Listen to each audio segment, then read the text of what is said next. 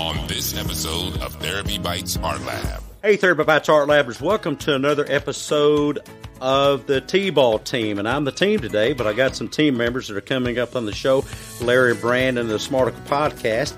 But what can we help you learn today? What's the problem we can help you solve? Well, do we have a drug for you? AVALANCHE, the last miracle prescription drug you'll ever need. It cures insomnia, depression, anxiety, constipation, and even wee willy syndrome. But more on this miracle medicine at the end of today's show. Have you ever wondered why you see so many pharmaceutical names on notepads, pens, and posters in your doctor's office or therapist's office? Have you noticed the avalanche of mental health diagnoses? Do you want to hear the real story of research and what those fancy statistics really prove? Well, join us today as we go deep beneath the dark recesses of the therapy couch to take a bite out of some nefarious psychological research and shady science practices with our guests. Up next on Therapy Bites Art Lab. Stay tuned following the interview for On the Couch and Off the Rocker. Our special guest's psycho-silly analysis by Art Lab's own head cabbager, Dr. Ima Freudnot. Welcome to Therapy Bites Art Lab, where Dr. Heath and his special guests share real-life stories of helping and healing. Fresh from the actual therapy couch, while taking a bite out of common counseling missteps and misconceptions.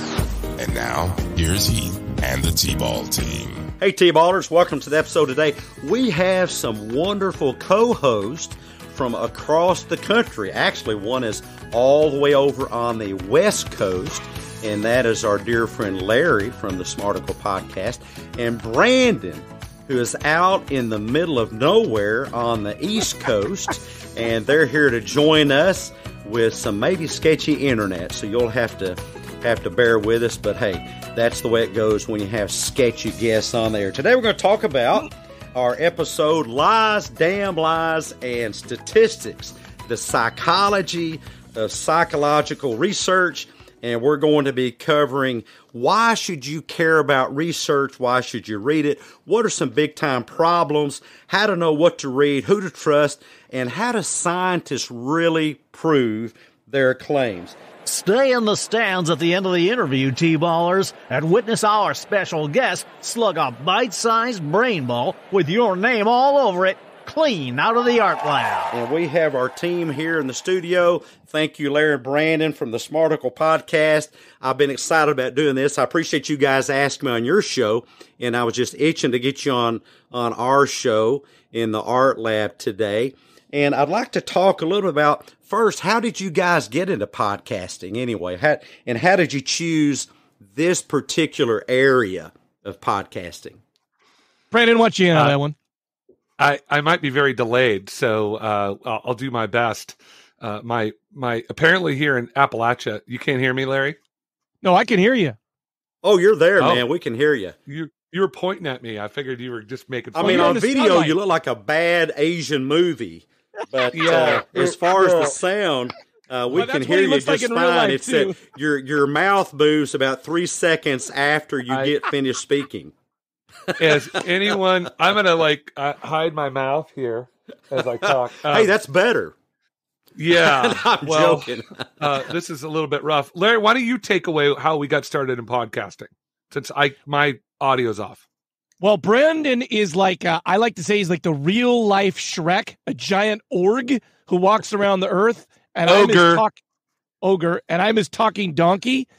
And we just decided to put that and make that into a podcast. We've known each other for 20 years, started going to church together. I feel like he's the loudest flaming dragon out there, and he's got some nice things to say. So he's fired me a couple of times for different jobs we've had. Every time he has me back.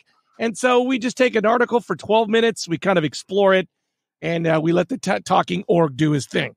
That's funny. You should say a giant flaming dragon has fired you. I hope you didn't walk away too crispy. But that's great stuff. I love your podcast. You guys listening to ours, go over and check it out. When I first got acquainted with these guys, they said Brandon said, you have a really long podcast. And I thought, gosh, do you? Compared to Joe Rogan? Joe Rogan's is 4, 5, 6 hours long. He has a marathon podcast. Ours is only 45, 50 minutes. But Larry, considering what you guys do, your podcast are what, 12 to 15 minutes? Yep, but we do it every day. Brandon's got a lot to say, Dr. Heath. We can't we got to be on him every day. Well, the truth is that we do a short, but we decided that we wanted to do a podcast that someone could commute to their job and listen to. There's a million podcasts out there. Some of them are fantastic. Others are horrible. Actually, I just looked that up. There's over 3 million podcasts in the world. Nice. 3 million. And now, not bragging, and I'm sure you guys are there too, but we just got the notice that Therapy Bites Art Lab, sorry for the shameless promotion, is in the top 10% of that over 3 million podcasts. Our listener score is now placed as thank you, listeners. Share it out to more people. Share out the Smarticle podcast. We want Brandon and Larry's podcast right there with us, just not above us. We you know, we have 300,000 people that we can beat out there. And I don't want to brag, Dr. Heath, either, but we are in the top 10% of left-handed lepers. We kind of have a very niche demographic. So wow, that is so much better and much more interesting. See, what I just said is boring, but the top 10% of left-handed lepers, hey, that's a new goal for us. Lepers, we are coming for you. We're going to snag that audience. Well, today you guys dig into research, but how did you decide to get into ripping apart articles? But actually, you don't really rip them apart as much as you pull out some of the more positive, helpful things in those research articles. Yeah, I think that what we do, or what we think about doing, is trying to look at an article as we consume news. We're all consumers, basically. And take a look at articles, and then we always post the article, and then we talk about it in terms of, like, we do a little background research on the author, like, who's this person, what's their bias, if they did a study, what's the size of the study, things like that. So we try to debunk, if you will, some of the common things that happen in media. Larry is a professional news media guy, so he reads the news every day. And we just thought that would be a really good way to sort of talk about the current topics of the day, but also to give a background to it. I completely agree, and I love that idea, and I love the name. Smart Articles, a portmanteau, Smarticle. I think that is just genius using it in this area. And, man, that's just right up my line because, personally, I love doing that, and the art lab, the Therapy Bites Art Lab, we do that from a psychological perspective, and the reason we got into it is after 38 years in the field. Yes, I got into it when I was 3 years old. No, I'm just joking. 38 years in the field, I just see so much garbage out there. There's so much psychological noise. I get in these social media debates. One I was in just the other day with someone from Great Britain claimed that the whole gaslighting nonsense was widely taught among all clinicians in Great Britain. And the first thing I asked for is, give me some statistics on that. Give me a well-constructed, peer-reviewed study. Don't just tell me this crap. Back it up with some research. But then, guys, that's only half of the story because the research may be well-constructed and very meaningful and valuable and able to replicate, or it may not be. But back to the story of the social media debate, the person disappeared on me. After I held their toes to the fire and said, prove to me what you're saying, they just simply disappeared.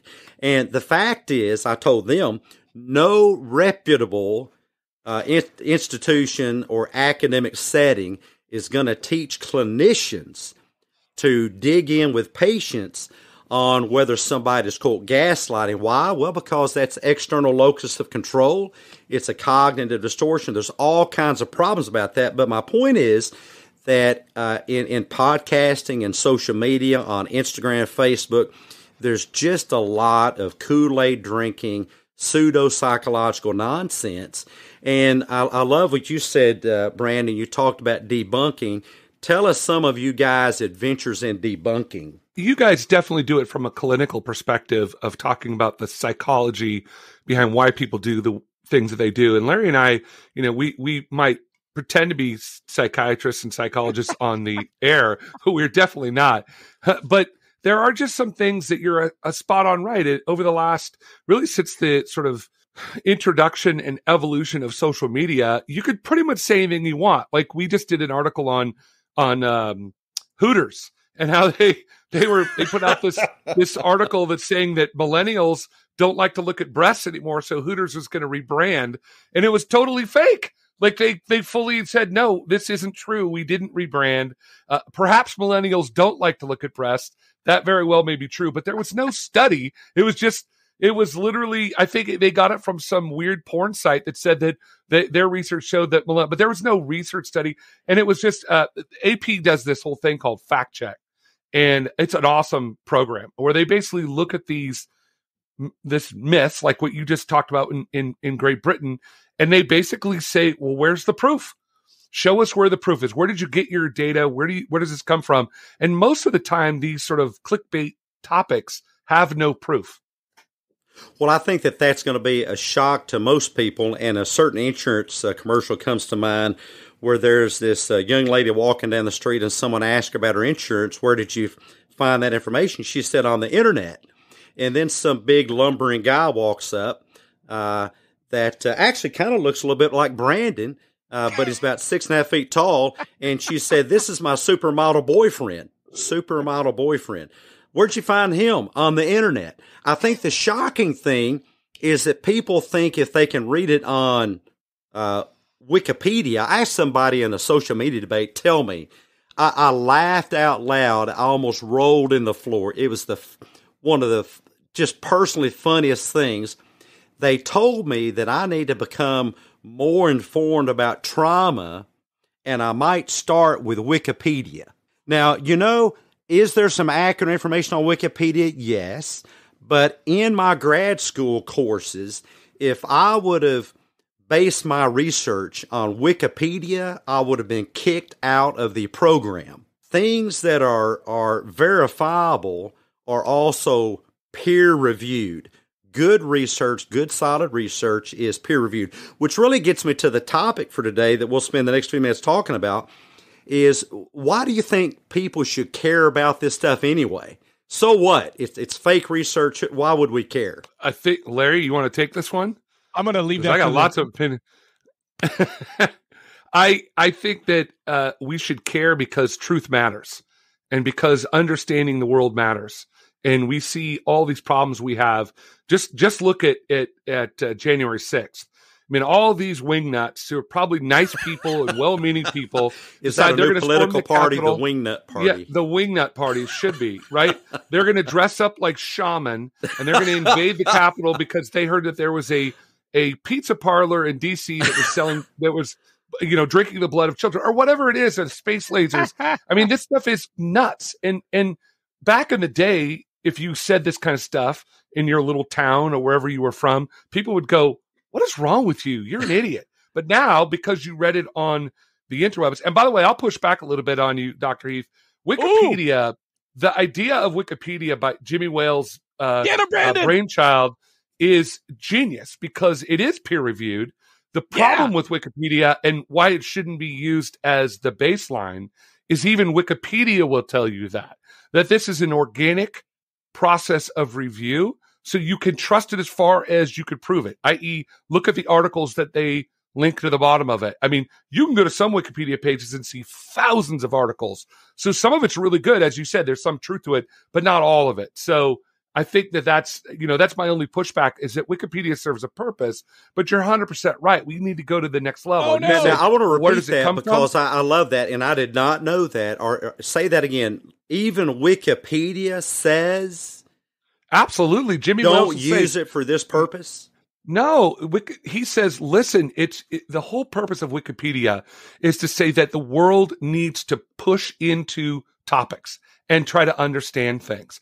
And, so Jimmy Wales is like, look, we can have Wikipedians create these websites these Wikipedia websites.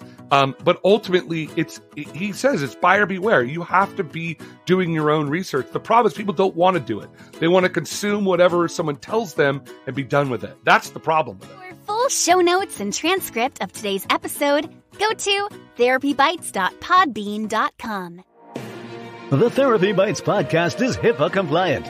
No identifying patient information will be disclosed by Therapy Bites podcast hosts or Therapy Bites podcast guests without permission from patients or guardians.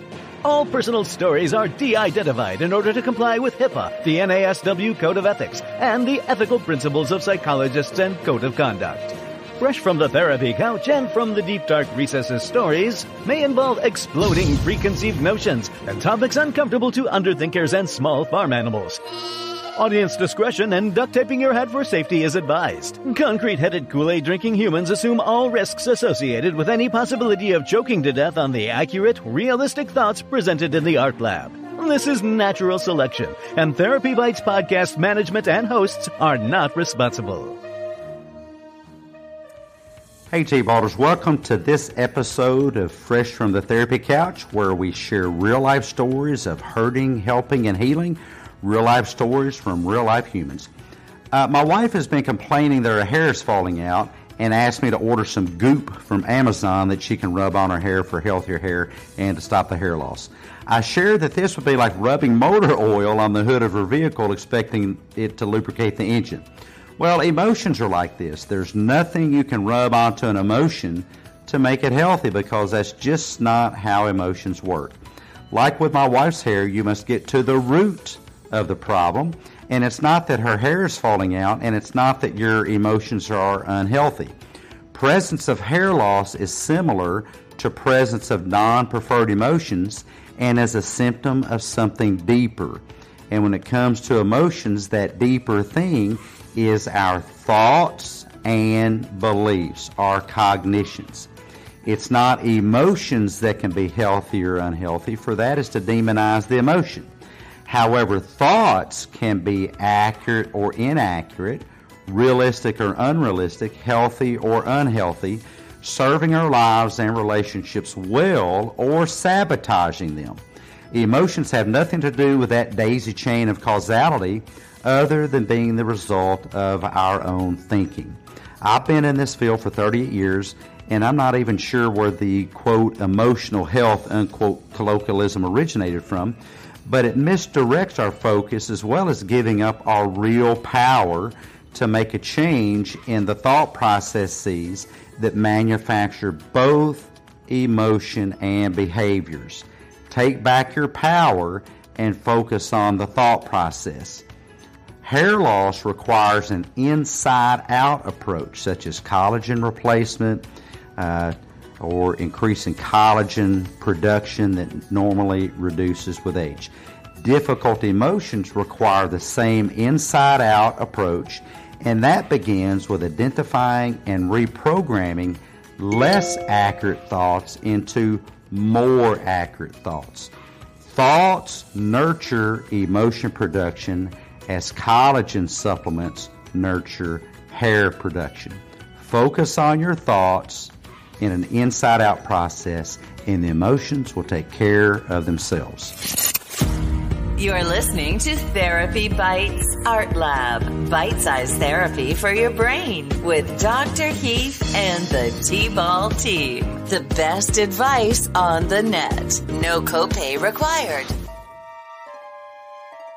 You're slipping beneath the cushions of your bobble-headed psychotherapist's couch, leaving behind empty, echoing, cushy, comforting, pseudo-psychological claptrap, moving into a deeper dimension of your own mind, where distorted thinking, hurting, hopelessness, and regret evaporate into clarity, healing, renewed hope, and newfound resilience. That's the podcast sign up ahead. Your next stop, Therapy Bites Psych-Secrets. Hey T-Ballers, Doc Heath here with Psychotherapy Duck with some more Psych-Secrets to correct some misinformation out there in our own field.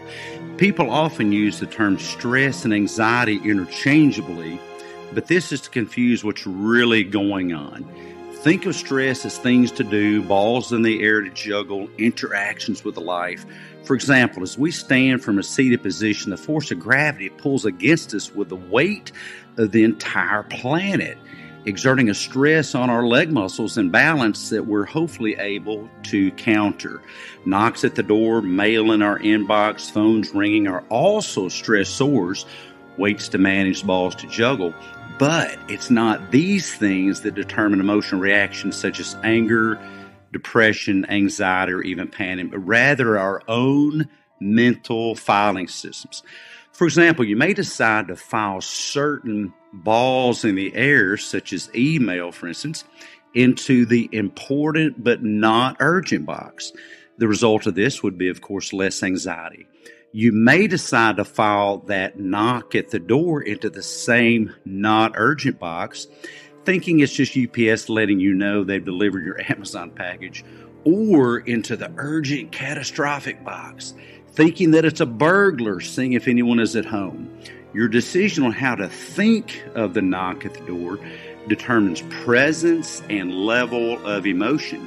You may decide the ringing phone can be filed into the not urgent and not important box, thinking it's just a nagging friend you can ignore, or you can catastrophize it by thinking before you check for evidence by even answering it, that it's news of the death of a loved one. Again, your decision on how to think of the ringing determines presence and level of emotion. Stress and anxiety are two very different things with very different origin points. Stress originates from life itself and is just a normal part of life. Anxiety originates from our own thought processes and may be a good fit with a situation, or incongruently elevated, that is not a good fit, due to our own inaccurate, unrealistic thoughts. The impact of stress on you is not determined by the stressor, but rather by your own thinking about it, how you file it away by your own thought processes. File carefully, T-ballers. Doc Heath and Psychotherapy Dugout. Once again, Doc Heath rips the cushions from the couch, dishes the dirt, lets the cat out of the bag, uncorks the bottle, letting the genie escape, and blows the lid off of another of the universe's Psych-Secrets. Show your T-Ball team spirit and buy your hardworking Art Lab team a cup of coffee, which helps fuel purchases of high-octane equipment and T-Ball tech that get poured back into percolating, highly caffeinated content for you. Just go to buymeacoffee.com and search Therapy Bites. Here's Heath and the T-Ball team. In other words, for you detractors and people that debate me, and don't get me wrong, I love debate. Keep it coming. But don't just take it at face value because it is pixels in a pattern on a page. Just because it shows up in Wikipedia doesn't mean it's absolutely accurate. But also, let's talk about some of these journal articles. Just because there's a journal article on this stuff doesn't really mean necessarily that that's accurate also. By the way, I wanted to call our audience's attention to, if you look up some of the debunking in the psychological realm that's going on, it just fascinates me because there are actually a lot of studies that are just classical, considered bedrock studies that are being called into question because they cannot be replicated. When you try to replicate them, they get different results and no statistical significance is found for what was claimed to be the case. And here's a secret about researchers. They don't like to give up their raw data. Now, what does that mean? That means, how do you know what you claim to know? Give us all of your surveys. Give us all of your data on your lab experiments. And researchers, they just don't like to give that up because of that reason. They're afraid that either someone's going to steal their research, and that certainly has happened, but also they're not often that confident that someone may debunk their research. And guys, you can chime in, but that's a major problem I find with some of these articles is a lot of researchers, they want to keep their job. And to keep your job in research, you kind of got to be making new discoveries. And if you make a discovery and it gets debunked or you don't make discoveries, then often your funding gets cut. And there's almost a vested interest in confirmation bias. What is confirmation bias?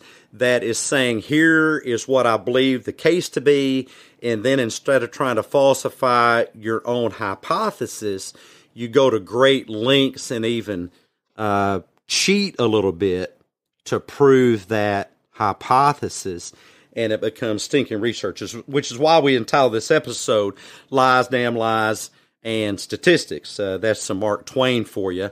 The psychology of psychological research is you really can't take it at face value. You got to dig into the numbers. And do you what links do you guys go to dig into some of the maybe behind the scenes stuff, some of those numbers, and call some of that stuff into question? Well, we actually have a crack research staff of about 5 people that kind of digs into each different thing. I'm sure they're absolutely highly paid, huh? Highly paid, mostly grad students, but working their way up the ladder. You know, a couple of things that I like to think about in terms of like when you think about the term masterpiece. The term masterpiece comes from the Renaissance, where if you wanted to become an expert in something, like you wanted to be an expert sculptor or painter, you had to sit with a master. And when you could replicate the master's work so that the traveling committee of people in that guild couldn't tell the difference between your work and your master's work, then it would become a masterpiece. And that's where that term comes from. We don't do that in this country. Think about how we do education. You know, any bonehead can continue to move up the ladder, even if they're not prepared. And I say bonehead not with like developmental delays or LD. I'm talking about just somebody that hasn't tried that hard. They could continue to be passed on grade to grade, even though they're not actually qualified for it. And that's just our system. Our system is set up to sort of consume this stuff without having no veracity. We don't have anybody that fact checks. So that's why when the AP fact check program comes out and different places do that, and people like you guys, Dr. Heath, who sit there and look at this and say, well, what questions did you use? Because the questions could be just as important as the amount of research. Absolutely. So those things all play into a big part of that puzzle. So you ask, where do we get this? Well, we get it like most people. We try to find the articles. We try to figure out where is this person coming from? What's their bias? And we are by no means qualified researchers in terms of speak for yourself understanding that. Well, Larry is, but I think that's my point is like, we're doing the very best we can with what we have. And I think that's part of the problem with academics is, like you said, sometimes they don't want to share what their study was. They don't want to share what questions they asked. They just come out with these sort of salacious things like all people with that are left-handed will die from being hit by a meteor. Right? Well, I mean, like, what? What does that even mean? Yeah, well, and where does it come from? And the problem gets to be what a famous researcher, Karl Popper, talked about, that how do you know a great researcher? The first thing a great researcher does is question their own research. If you read some research and the person that wrote that research is not questioning themselves and pointing out the holes and the misgivings and, hey, we think this, but it could be that, then that's not a good researcher. The first thing a great researcher does is question their own research. And in the article in Futurism, it discusses 14 classical psychology experiments, and these are bedrock experiments. Half of those studies reviewed had serious problems. Half of them, 50%. Half of that information was just simply bad information. And Larry and Brandon, what I like about you guys is at least you're asking the question. I hope that people pick up on that and start asking their own questions, because I think there's a 2-part solution here. One is people like the AP, they need to have fact checkers, and ABC News and Fox News and all the other news is out there, MSNBC. They need to do fact checkers, not support their own political positions, but fact check. But also consumers need to be aware and careful about what they swallow. because I think, Brandon, you said this to me when we first talked. Remind me, I think that you said you called it a lot of pod noise out there. There's a lot of pod noise. Tell us what pod noise is. Yeah. Well, I want to hear what Larry had to say earlier, but I think that what I mean by that is there are 3 million podcasts. Oh, and Brandon has lost sound. Larry, are you still with us? Yes, I am. So here's what I would say. I think you're back. Go ahead. I would say the biggest problem we have going forward for mankind will be truth. What is truth? So you could say science, fact, all of that stuff is a foregone conclusion. It's not. You just proved it's not. Even if a research paper that has 90% accuracy, there will be 10% that disagree with it. So how do you find truth going forward in this life that we live anymore? It's all relative. Fox News thinks they have the truth. MSNBC thinks they have the truth. So then how do you find truth in the world we live in? I think truth, even if you want to talk biblical truth or God truth, you're going to have a community of people. Brandon touched on this earlier.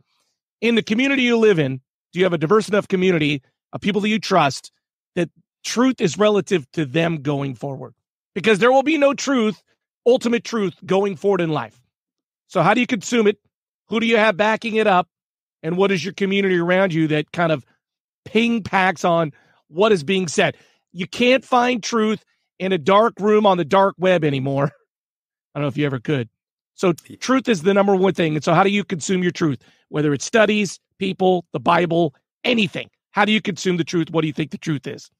And I've got a big social media busting thing here I'd like to present is I completely, one of our high value targets, HVTs, when it comes to truth is in the art lab, we teach people that truth is truth is truth. It is a singular thing.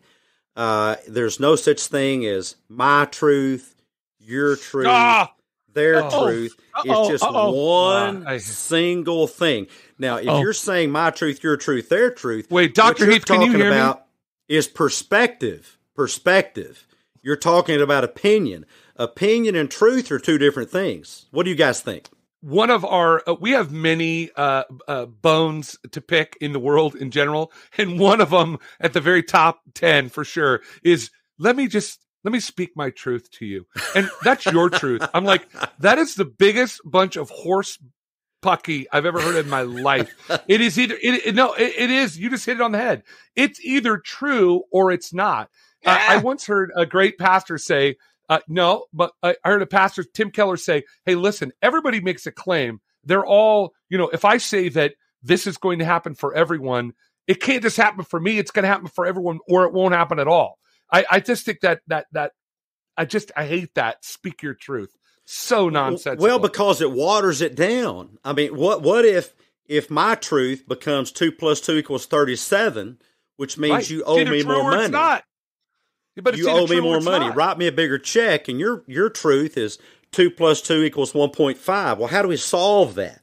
That's perspective. That's opinion. Truth is pure. Truth is singular. Truth is not individual. And I think that's a primetime talk show, Kool-Aid drinking colloquialism that should have been buried a long time ago. And that's one of the problems with research is people will come to think that what they think or believe has value regardless of their research findings. And what they believe needs to be promoted at all cost, and they will cherry pick data to try to prove that.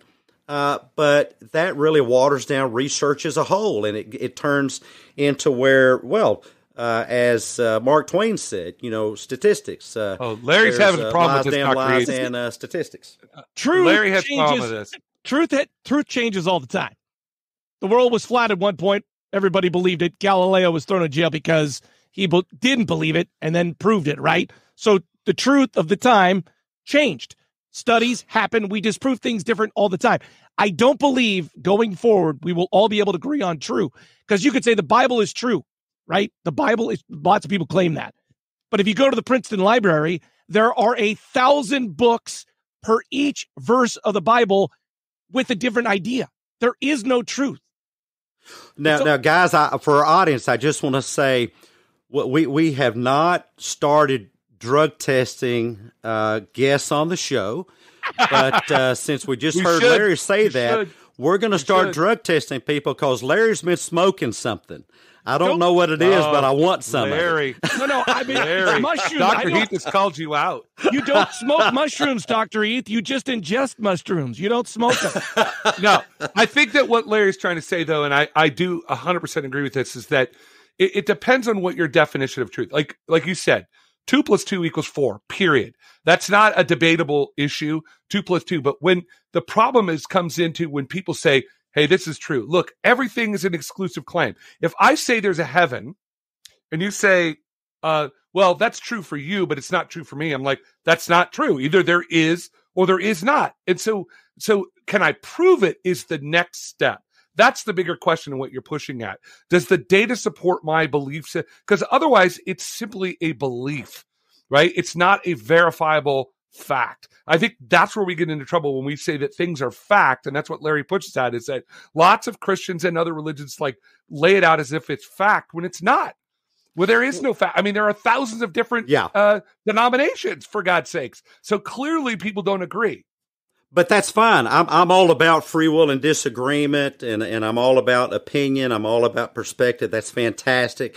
I think that perspective, perception, perceptual psychology, the psychology of perception is one of my favorite things. But that's what you're talking about. If you're talking about truth, if we water it down by saying it's the same thing as the taste in my mouth, then it is a problem for so many things, because what is truth then? If truth belongs individually to everyone, then there's no such thing as truth. Well, that's my point, is that it's that everything, if you make an exclusive claim, it's either true or it's not. Otherwise, what you say is, hey, listen, this is what I believe. I don't have any facts. There you go. See, but that's a difference between belief and truth, perspective and but truth. Larry's point was that 1,000 years ago, he was wrong about Galileo, but I have to fact check him oftentimes on the air. But that sailors as far back as 3,000 years knew that the earth was not flat. But the greater population was like, oh, the world's flat, because they've never been anywhere. People in the Middle Ages of Europe never left more than 5 miles from where they were born. So people had never traveled and seen anything. So to them, that was true, but they hadn't done any verifiable research to prove or disprove it. Well, or would you say that at the current time, the data we have seems to indicate that this is true at the time, the data we have? But that goes to your point about saying that you can debate that the topic has to be suspect. Even as the researcher has to say, hey, listen, this is what we found out, but we don't have the whole picture, right? We don't have, it's Larry and I love to do science shows. So they're always saying, we believe this hypothesis to be true, but we know that there are things that could possibly be in there that might change the entire picture. Our data, based on these statistical measures, seem to indicate that this is the case. That I would even say that's different than the truth. And we're about to run out of time, and I wish we had a lot more time, but these guys have a busy schedule, and they told me right up front that we're going to have to cut and move forward about 11:45, which is here. So some parting words about this, guys. What's a top tip you might have for people becoming more informed consumers of these articles, research, and things that social media influencers and purveyors of magazines and newspapers claim are truth? And I'm doing air quotes here. T-ballers, time to quit your lollygagging. Get out of the dugout, onto the field, and live the art life. I feel like we say this on every single show. Do you know who you are? If you know who you are, you're able to go on the internet, not be swayed by the latest poll or statistic. You're able to deal with your family and friends better. You're able to look at yourself in the mirror every morning. Do you know who you are? That will help you in life. That's my little tip. Yeah, we also say that it's really, really important to be a good listener. And like, we talk for a living, both of us, but ultimately it's when we listen to people that we find, like, and not believing, as Larry said, you don't have to believe everything that somebody says, but you're not going to learn a lot if you just talk the whole time. But so, like, if you're, spread your knowledge around, read different sources. Don't just watch Fox News or MSNBC.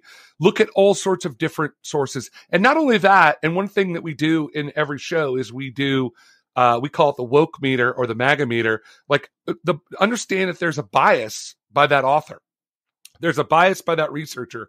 So be aware, try to find the bias. That's important. That's as important as what they're saying. So if they're completely biased towards one thing, then you're going to say, I'm going to take that with a grain of salt. That's, I think, what we would say, and when we pretty much say it in every show. And guys, I would chime in and say, I think it's important, if you do what you guys do or what I do or your newscaster, to go ahead and advertise your biases. I do have a bias about how words are used. That's my bias. I'm a philosopher at heart, but it's okay to have biases. We're not saying you shouldn't or can't, or it's a problem having biases. I'm talking about how that, I think we're talking about how that gets presented. You guys that want a great podcast, you can look up Brandon and Larry on your favorite podcast platform. Check out Smarticle, where they take good articles and you do what, guys? Make them gooder. Make them gooder. Okay. And that magical secret medication I talked about at the beginning of the show is Avacalp, and that is placebo spelled backward. Eventually, your brain will believe what you tell your brain to believe. The biggest, most powerful drug in the world is locked right up inside the vault of your own skull. Guys, thank you for being here today. I look forward to another episode with y'all. It's fantastic, and good luck with the show, and look to have you on Therapy Bites Art Lab again soon. Thank you, T-Ballers. Join us next time. Bye-bye all. Guest analyst Dr. Jung A. Tart reporting for Art Lab's psychomological couch duty for Dr. Freudnut. On sabbatical, being psycho-vacationalized. Brandon Doble and Larry Olsen's PMS performance places him in the 97th percentile of the PMS's SSS Spectacular Smarticality Scale. This indicates a prodigious propensity of podcasterosis neurosis, canoodling Doble and Olsen's cortical crevices, and a malevolent tendency toward myconitis-induced machinations. Overall, Brandon and Larry's PMS's psychocellumetric assessment results present a picture of individuals fervently fanatical rummaging for reputable research while routing out ridiculously unreliable reasonless ruminations, and who have a predilection for particle-sized preponderances, though taming their intrepid investigative inundations via prodigious podcast production. These insightful souls likely have a palatial prognosis of podcasterosis in the near future, until the subconscious smarticality-centered symptoms of their psyche have been psychomalogically analyzed and exorcised. It is my considered conclusion that Doble and Olsen be prescribed no less than a 327 milligram IM intramicular dose of Smarticalovia, and a 2300 milligram SP subpodcastular dose of article-azoline to curtail confuddling cognitions. Dr. Jung A. Tart, guest Shrinkstigator, Therapy Bites, Art Lab. Grab some of this episode's guest merchandise, specially designed to help keep this episode's message top of mind in your life. Don't forget friends and family members who could use an Art Lab mental boost too. Just go to therapybites.myshopify.com. Hey, T-Ballers. Thanks so much for being with us today. If we brought value to your day, show us some love by leaving your positive feedback and inviting some friends to listen in and join the T-Ball team. Next time on Therapy Bites Art Lab. In your relationships, are you really listening, or are you chomping at the bit, just waiting your turn to speak? During difficult moments, do you become a responder or a reactor, maybe even a nuclear one? Could you use a hand on the throttle of your reactor? Well, today's guest is going to take you spelunking inside the crevices of your own cortices and teach you to fill your mind with the moment, to be in the moment in the conversation. Join us as we journey into other dimensions of consciousness, a mindful journey into understanding the psychology of reacting, responding, and relationships. Tune in and listen closely. This stuff could change your life. Government legal gobbledygook. Therapy Bites is not intended as a diagnostic or as an alternative to professional clinical treatment. Resources and advice are for information and entertainment purposes only. Brought to you by someone saying things you don't like? Tape that nagging loudmouth shut. Government-approved speech tape. Gas tape. Now available at your local hardware store. Therapy Bites Art Lab is not an approved, endorsed, authorized, butt-kissing affiliate of the United States Special Offense Assessment Police. SOAP for short. Warning. Consumption of Therapy Bites Art Lab content by Kool-Aid drinking, stinking, thinking, social media, pseudo-psychological pushing, wacky woke, anti-free speech, mumbo-jumbo advocates may cause spontaneous internal skull combustion, stomach discomfort, and or laxative effects. Allergy warning. Therapy Bites is manufactured in a facility that challenges nutty distortions, processes nuggets of accurate, realistic thinking, and life-affirming beliefs. This is the audio version of the legal fine print. Why are you still listening to this when you can catch the next great episode of Therapy Bites Art Lab with a good friend or family member? Really? Are you still there? This is getting silly. Move on to the next psychologically thrilling episode of the best advice on the net. No copay required. Me eat copay. Yeah, with Dr. Heath and the T-Ball team. Go ahead, don't be podgoraphobic. Scoot, scoot, scoot. On to the next episode.